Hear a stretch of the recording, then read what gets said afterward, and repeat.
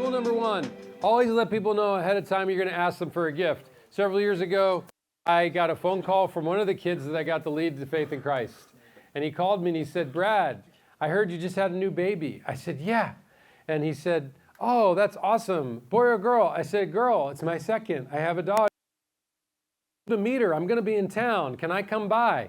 And I was like, absolutely. And so my friend, who I had led to faith in Christ, who, when I first met him, got arrested for shoplifting, who Jesus transformed his life, who I'm really excited about, love him dearly, wants to come by and meet my daughter, Dakota, right?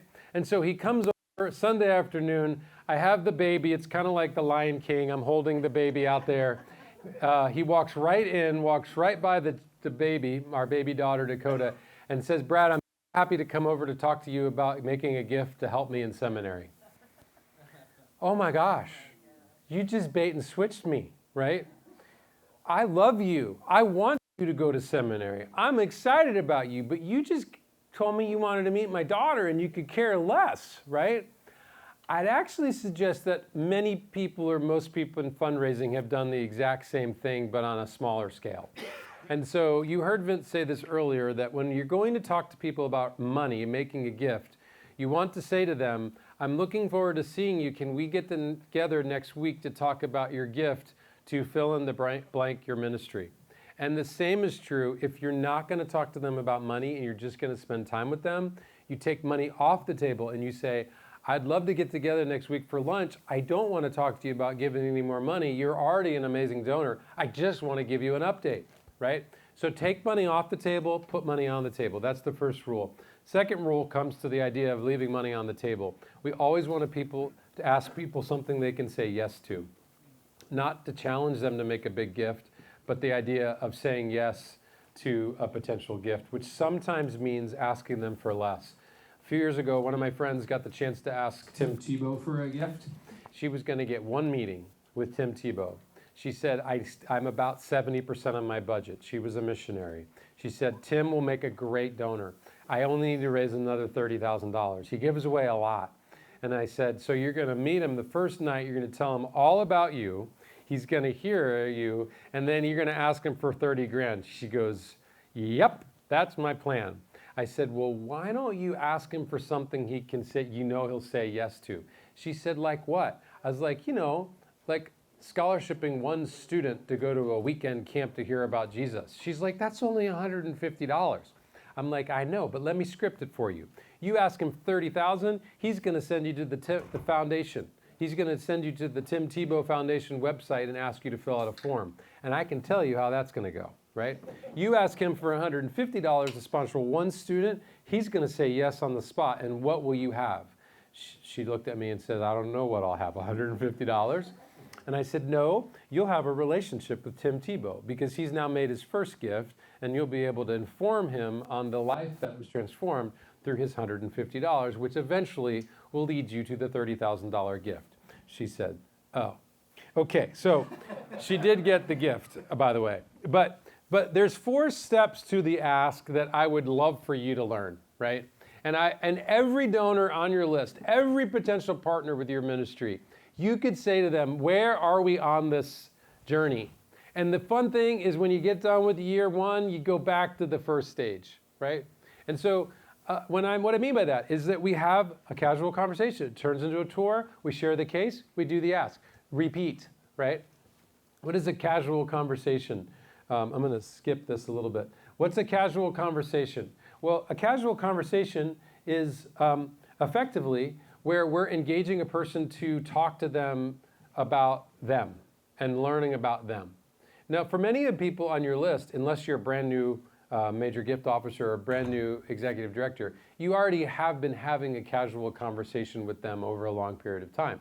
So you're probably not there. But if you're brand new or there's a new donor that you just heard about, the first step is to just engage them. Here's a little bit how it goes. Vince, let's pretend Vince is my cousin Vinny. I've always wanted to have a cousin, but I'm Italian too. Are you? So, yeah. So we could talk about the 2 Utes, like he did in the movie My Cousin Vinny? Yes, These 2 absolutely. Utes? So Vince, you know that a friend of yours introduced us, and he said that he thought you would be an awesome person to potentially support our work. But instead of me coming to talk to you about making a gift, I just took money off the table, is there a time that we could have coffee and just get to know each other a little bit and I could learn more about you? Brad, I'd love to do that. Since you're the director of development, I sort of thought that maybe you would just want to talk about giving. And I just want you to know my wife and I have kind of figured out all the money we're going to give away this year. So as we're on the same I wouldn't page. stop you from making a gift, but I really just wanted to have a casual conversation to learn more about you. And gosh, it sounds like you give a lot of things away. Sounds like you give a lot of money away. I'd love to hear about some of the other ministries you support. Yeah, that would actually be a lot of fun. I'd love to do that. We have this casual conversation, and my cousin Benny tells me about all the different things they're supporting, and I discovered that they have a real passion for evangelism, right? And so I've listened. What's the favorite gift you've ever made? What do you care about? Where are you on the board? What do you and your wife like to do? He tells me all sorts of stuff, right? We hang out. Every one of these meetings should have a question that leads to deeper engagement. That's our process. So we spend time, and we have this meeting. He's told me all about the different things, and so I say to him, I say, well, gosh, our work is actually based right here in Orlando, and we have this incredible facility. I just would love for you to see all that's happening out here in Orlando, because you've lived here for 20 years, and you had no idea that Cru was actually located in Orlando, and we have this ministry that's reaching people everywhere around the globe. Is there maybe a time that your wife and we could have lunch and then we could come over and just kind of walk the building? I don't want to ask you for money. I just want you to see the headquarters. Yeah, that would be great. As you know, I just went to the University of Pittsburgh, and I thought Cru was just a college ministry thing that happened at the University of Pittsburgh. I had no idea that it was more broad and that it was based here. And yeah, that would be really interesting to learn a little bit more. Yeah, so some tours, practical tours. Now let's have Vince, the fundraising consultant, appear. Here are some tours that you might take people on. Yeah, so one of the things that's been really fun in working with Jesus Film over the last year and a half or so has been dreaming with them around tours. So I'm not suggesting these have to be your tours, but here's just some ideas, right? So when we say a tour of the ministry, most of us, I worked in collegiate ministry. So when I used to work in collegiate ministry and Brad challenged me and said, Vince, you need to do tours of the ministry, I would say, great, college fellowships happen at 9 p.m. on Wednesday nights. How am I going to get donors to show up on a college campus at 9 p.m. on a Wednesday night for a bunch of college kids? Well, there are a few donors that might do that, but not very many, right? So how can we think creatively and in the same way as we've been working with Jesus Film? Some donors will get on a plane and fly to Uganda and go to a remote village and watch the Jesus Film being shown. Some people will do that. But for most people, they're probably not going to do that. So how do we think creatively? So some of the things that you may want to think about with some of your donors is actually a day at Lake Hart, right? Now you might say, well, who wants to come here, right?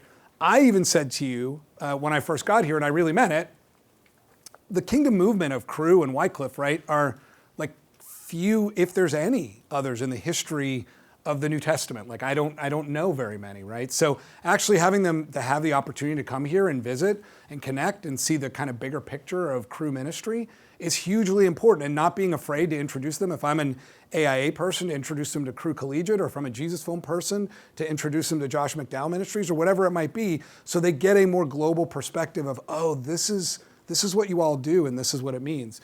Maybe it's a vision trip. Again, I know that depending on your sort of strategic arm of Cru of what that could look like, is it dropping in on a spring break trip with college kids for a day or two? Some of your donors would love to do that. Is it doing the Jesus Film tour downstairs and kind of walking through and understanding the translations in the movies? Is it going to an athletic event? Is it going to one of your conferences, right? So they can really see the global sort of movement of Cru, right? How do we if we really believe donors are actually partners, right? Gospel patrons is some of the language that I know Jesus Film uses, right? If they're really partners, what does it look like to give them tours of the ministry that actually honors that partnership, right? Isn't just me and you in a relationship. And one of the challenges we walk into, as you all know, is that, as we've been saying, fundraising's relational. You all know that. Well, what happens when the relationship moves on, right? Is the relationship a partnership relationship with the ministry, or is it just an individual one-on-one, right? And that's why we have tours to really engage them in the broader. But we want our tours to be, if they're a tier 1 donor, the tour needs to be for them. Remember we talked about priorities? What is meaningful to them? So one of our clients has the donor that is by far the largest donor. Like all of you have a donor that is the largest donor to your organization. Like a fun project is go do the research on that donor. What do they love? Why did they start giving? What's their connection? Well, this client of ours had this donor and they loved tractors. They loved Jesus, but they loved tractors, right? In fact, they have the largest collection of antique tractors anywhere in the world.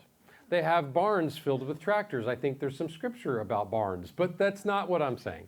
But they have millions and millions of dollars worth of antique tractors. Well, they were moving away. You could just sense that their heart was moving away. They were getting older. They're not able to come and see as much, and they're getting more distance. And so we designed a tour for them. What was the tour?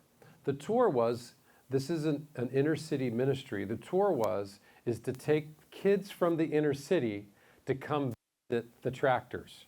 And for this donor to share about his tractors with these inner city kids. We took the tour to them. They had so much fun, and it reignited their passion for the organization.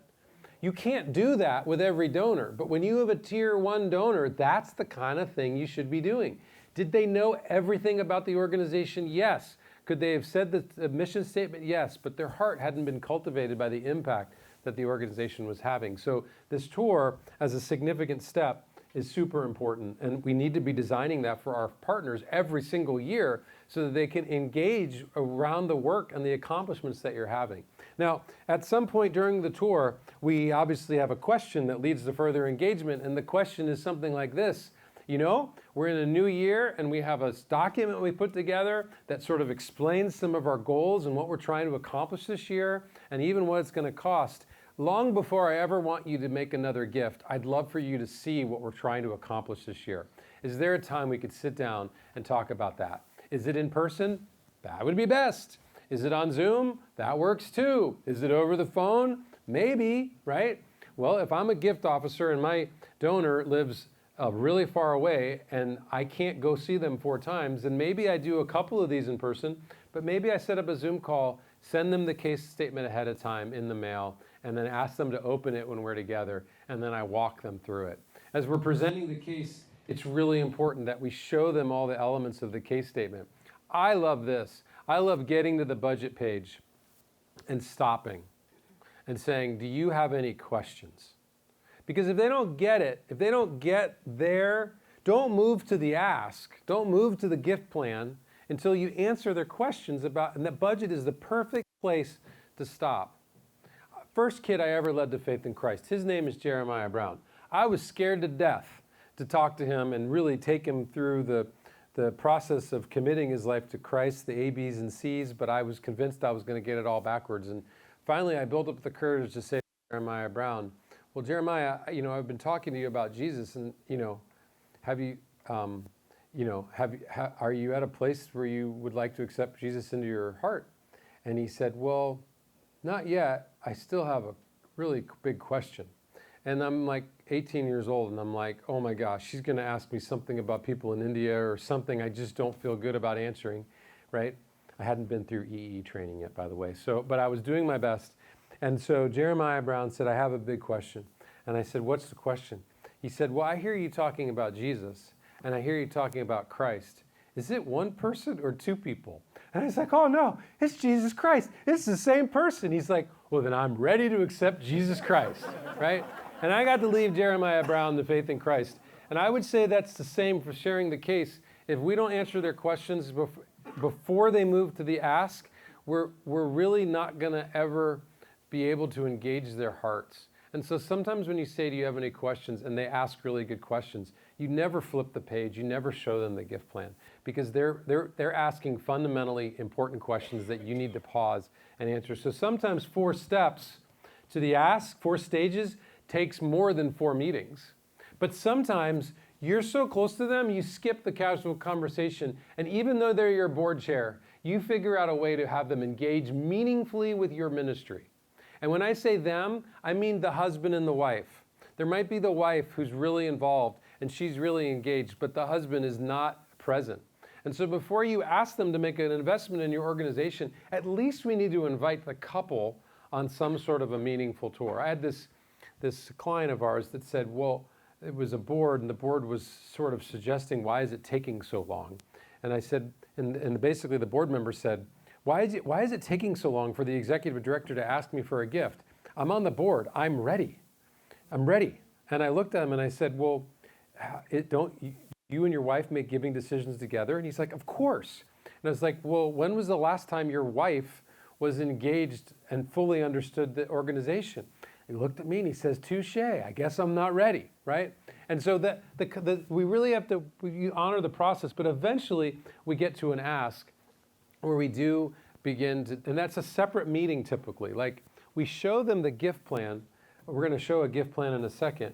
We show them the gift plan, and then we ask them again, do you have any questions? This is our plan for how we're going to raise the money this year. And it's amazing how much people tell you in that moment.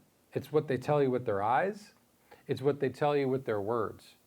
I remember meeting with a major donor on behalf of one of our clients, and the major donor, the client told me they thought this person was going to be the lead giver. And I sat there and we were talking about the case, and the donor looked at that top gift and said this, man, who gives gifts like that, right? What did they just tell me?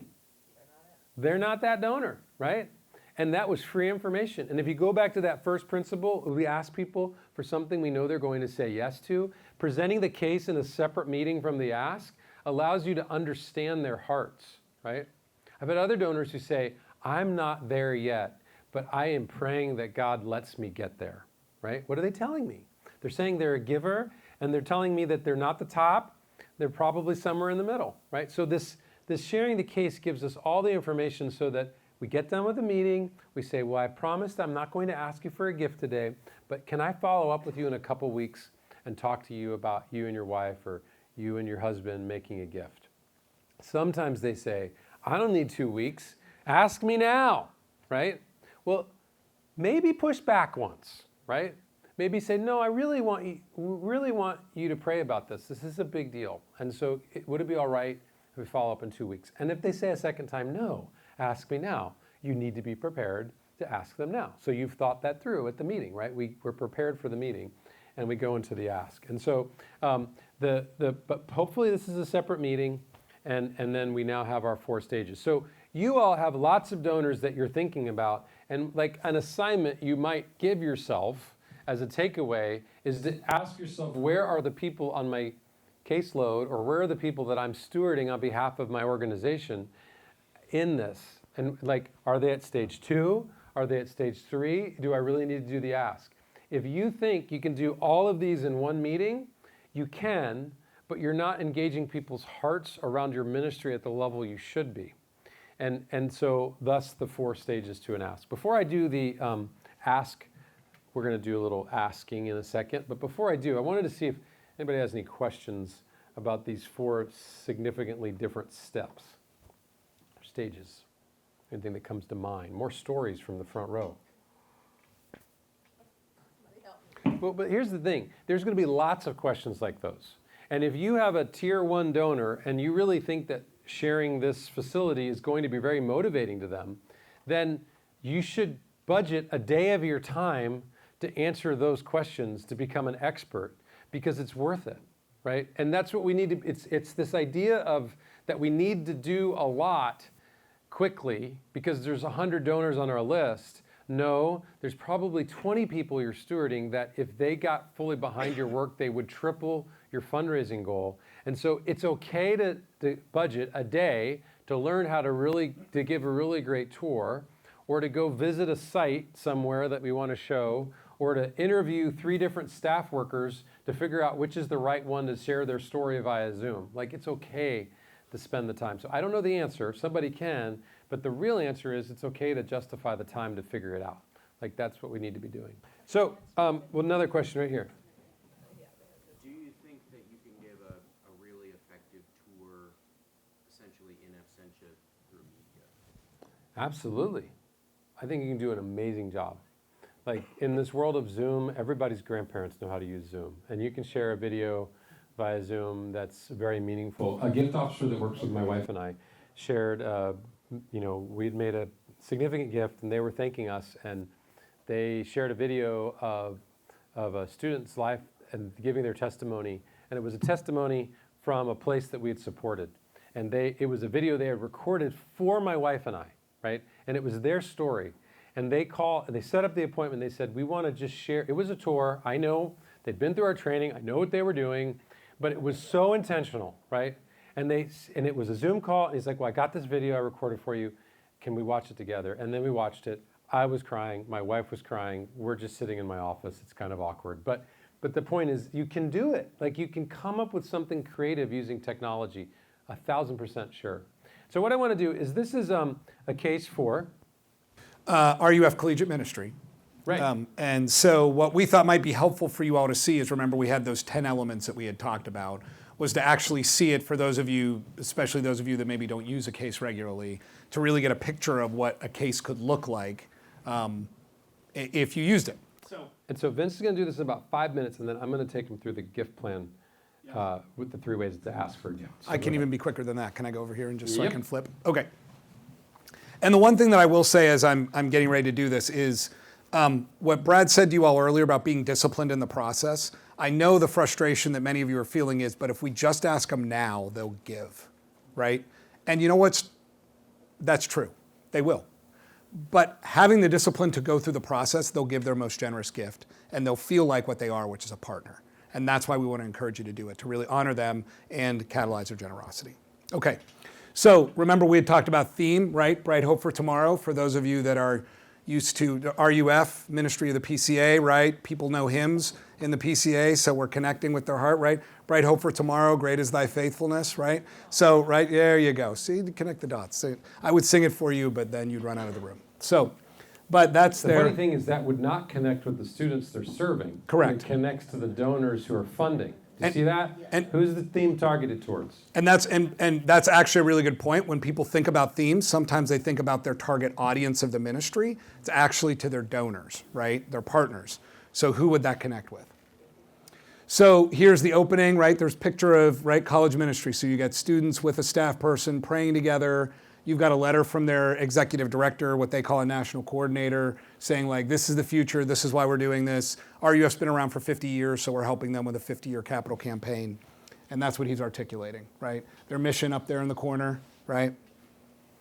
And then remember, we talked about history timeline, right? We talked about that. So this is RUF started in 1973, and we've got little pictures along the way, right? What has happened? 18,000 students every week, right? 181 campuses, right? We're just trying to connect the dots for people on who we are, what we do, and we've done this over a period of time, right? If you're talking with a chemical engineer, they're probably reading every piece of this. If you're talking with somebody like me, I read this and I go, oh, you started in 1973. Oh, look, there's a bunch of pictures and there's new stuff here and there's a bunch of numbers. Cool, next, right? And I flip the page.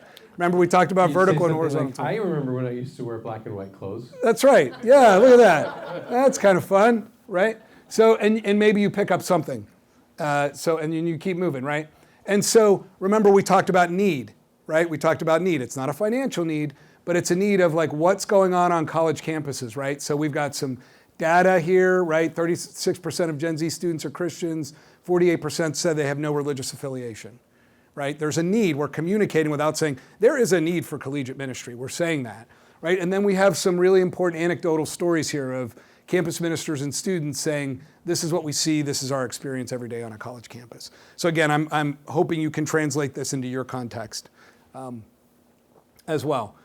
Remember, lifetime value, right? So what has happened with RUF? There's been 50 years of kingdom impact, right? We got a picture of a college and university. We're trying to reinforce like, this is where we're happening, this is who we are, this is what we're about. And now, lifelong harvest. So these are the things. We've got campus ministers, interns, one of the high values, because RUF is a ministry of a denomination, the PCA, are these campus ministers becoming pastors? You have to be an ordained PCA pastor in order to be a campus minister with RUF. So one of their values are, over 200 former campus ministers are now currently ordained pastors. right? So again, in your ministry, what are the highest values for people that are in your constituency? To Brad's point earlier, the primary funders of RUF are PCA congregants, right? People that go to PCA churches. So what do they value? How do you communicate that value to your constituency? Does that make sense? Okay. How's it going? Ask me in 10 years. So this is this provocative thing that one of the leaders often says of like, really when you invest in college ministry, you're investing for the long haul, right? So what they're saying is, yes, it's about breadth, but there's depth, right? We care about depth. So we're planting a seed that 10 years from now that's going to produce fruit, right? So 10 years from now. And so they have this really kind of fun graphic that sort of plays out like one campus minister will reach 800 students on average. That's their average in their data, which is going to plant a church, become a pastor. Campus staff is going to plant another campus minister, and it's a multiplicative effect. So your investment, what they're communicating is, your investment isn't just in us today, but it's a multiplier over years for the kingdom of God on college campuses in the United States. Does that make sense? Okay. And so remember, we also talked about then funding pillars. So what's the future, right? The vision, the thing that Brad talked about. What's the vision? Well, their vision is to increase campus impact, develop leaders for tomorrow, and secure a sustainable future for RUF. For those of you that don't know the language behind that, this is an annual fund, right? Secure a sustainable future for RUF. That means we need to grow our annual fund, right? And some of you would say, well, it's really hard raising money for an annual fund. It's challenging. How do you talk about it? Well, you don't say to people, we want you to give to our general fund, right? You talk about it in visionary language because there's vision behind it, right? And then we just have a breakout of each of those. Remember the budget part. So this is pillar one. It's going to be $8.2 million. We've got pictures of college kids, right? We've got a student who's made a comment of saying like how much RUF meant to them, right? It's a vision casting document. And envision yourself or your executive leader using this. Remember we said it's a presentation tool, right? So it's going to be something that you're sitting hopefully side by side with your patron and going like, hey, I know that you really care about RUF being on new campuses. Let me tell you a little bit about this. Let me tell you this new campus we just reached and what happened, right? In your language, like, let me tell you what it's like. I'll use my real life for AIA, right? The chaplain for the Pittsburgh Steelers actually wasn't there for a while. There was no chaplain. They hired a new AIA person because Coach Tomlin said he wanted it. And now there's been a multiplicative effect of not just players, but wives coming to know Jesus, right? That's a story to be told, right? That's a story to be told. And that you can say, imagine if that happens to the Pittsburgh Steelers, imagine how many people in the Pittsburgh area that impacts. Imagine if we could do that on every NFL team in the world, right? Look, I'm writing your case statement for you. Like that's the kind of story you want to tell to help draw imagination and cast vision. Right? This is a very well-known pastor in the PCA. He's kind of giving his, so that's also who in your world can stamp things and people would go, oh yeah, because XYZ missionary or leader or pastor, whomever it is saying, there's a really huge need for Jesus film, then it must be important, right? And here's another area, pillar for funding. And their last pillar for funding, this is the one that's the growing the annual fund, right? And then we have the page that we talked about. So we have a summary of the budget. Then we have a gift.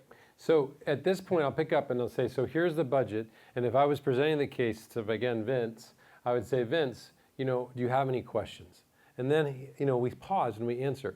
And before that, we go over to this section, which is our gift plan, right? And so the gift plan, they don't have any questions. We show them the gift plan. It says the different partners they need at the different levels. And then we say, I'm going to say, I'm not talking about a gift today, but this is the plan of how we get there. And these gifts can be paid over 3 years. If it's a capital campaign, these are gifts to be given this year, right? And so I say to the person, can I follow up with you in a couple weeks to talk to you about your potential gift? They say, sure. Okay, so now you're going to go home. You're going to follow up in 2 weeks. You're going to have coffee again. You're going to do it via Zoom. You're going to prepare a proposal, something. You have, in my mind, 3 ways to ask for a gift, and this is really where I want to leave you with, because I got about 5 minutes. There's 3 different ways to ask for a gift. And my experience is that people of all development experience do this exactly backwards, right? We take our donor that we know the best, that has been super generous, and we ask them for a specific amount, right? And then we take our donor that we barely know, but we know they have a lot of capacity, and we leave it wide open for them, right? So think back to the Tim Tebow experience story I told you. Like, her inclination was to just ask, I need 100 grand, I'm 30 left, would you make a gift? Like, asking him for a huge gift that was not going to end well. So my experience is that God has given people to your ministries to be supporters, and they've demonstrated over and over again that they're generous. And here's my principle. Get out of the way of the giver, right? So when there's a donor that's given you so much money over the years, they've blown you away with their generosity, don't come in and ask them if they would give a gift at the top end of the range or a gift of 3 million or 1 million. Say something like this, you know, I've never met a more generous person. You've given $14.2 million to our organization over the years, and I can't believe that you've trusted us, and thank you, we couldn't be here without you. And you know, we need to raise $26 million, and I'm just going to humbly ask you to pray about what you might be able to give. Because they've already showed you they're generous. And my experience is 9 times out of 10, they're going to come back with a number that's bigger than the number that you would have had the confidence to ask them for, right? So you do that about 10% of the time. About 10% of the time, you get out of the way of the giver. This is just my experience. I'm sharing it with you, but it's what we teach to the hundreds of clients that we serve, right? Is 10% of the time, get out of the way of the giver. The other 10% of the time, you have a brand new donor that you think would make a great donor, and your goal is to get them to make the first gift. And so go back to the Tim Tebow story. Ask them for something you know they're going to say yes to. A small gift that has a big impact. Like when I was the Chief Development Officer for Young Life, we had to raise money for Bibles. For kids who commit their lives to Christ, they need a Bible. I found it very easy to ask a new donor if they would buy a Bible for a new Christian, right? That was a really easy thing. Sending a kid to camp was a little bit more complicated. They needed to understand about camp. But a Bible for a new Christian, would you buy a case of Bibles? Would you buy 100 Bibles? Like, that was so easy to get the first gift. So you want to, 10% of the time, we're asking people for something that's really easy, and the goal is just establishing the relationship, establishing them as a donor. But 80% of the time, we should be using a gift chart, and we should be picking a couple different numbers, or maybe 3 numbers, and saying something like this. Could you see yourself making a gift somewhere in the middle section of our gift chart? Could you see yourself making a gift towards the lower section of our gift chart? Or could you see yourself giving a gift sort of at the top? 80% of the time, my experience is we want to use a range. And the range is probably somewhere between what they gave last year and what you're willing to ask them for, knowing that you're not leaving the table. You don't need to offend them. I was meeting with a donor once, and I asked him, first ask was for $50,000. I was the Metro Director of Young Life here, and I was downtown Orlando, and I asked him for $50,000, or I actually asked him for a gift somewhere between $50,000 and $100,000. And he looked at me, and I asked him for a range, and he said, Brad, I barely know you. What right do you have to ask me for a gift between $50,000 and $100,000? We've only met twice, right? I looked at him and I said, well, you're best friends with Denny Ryberg, and he's the president of Young Life, and he's my boss, and he told me to ask you for a gift of that range. And he goes, okay, well, I'll do it then, right? And so I worked with the person who had a relationship to come up with a range that made sense. My relationship didn't justify the gift, but his best friend's relationship did, right? And I asked it in a range based on his prior giving. And so that's what I want to leave you with, is sort of like, how do I know what to ask people for? I know they have a lot of potential. If you make a commitment to not leave the table, then it's okay to under-ask. But you want to have a range in mind. Like, what did they give last year? And if it wasn't an abnormal year, that's a good low end. And then what are you willing to ask them for based on your relationship? That particular gentleman, I couldn't have asked him for a gift between 50 and 100 based on my relationship, but his relationship with the organization, or in that case, my boss, did make perfect sense. And so I want to leave you with that. So, Jim, thank you for letting us present today. Thanks, Vince. Good job. Thank you.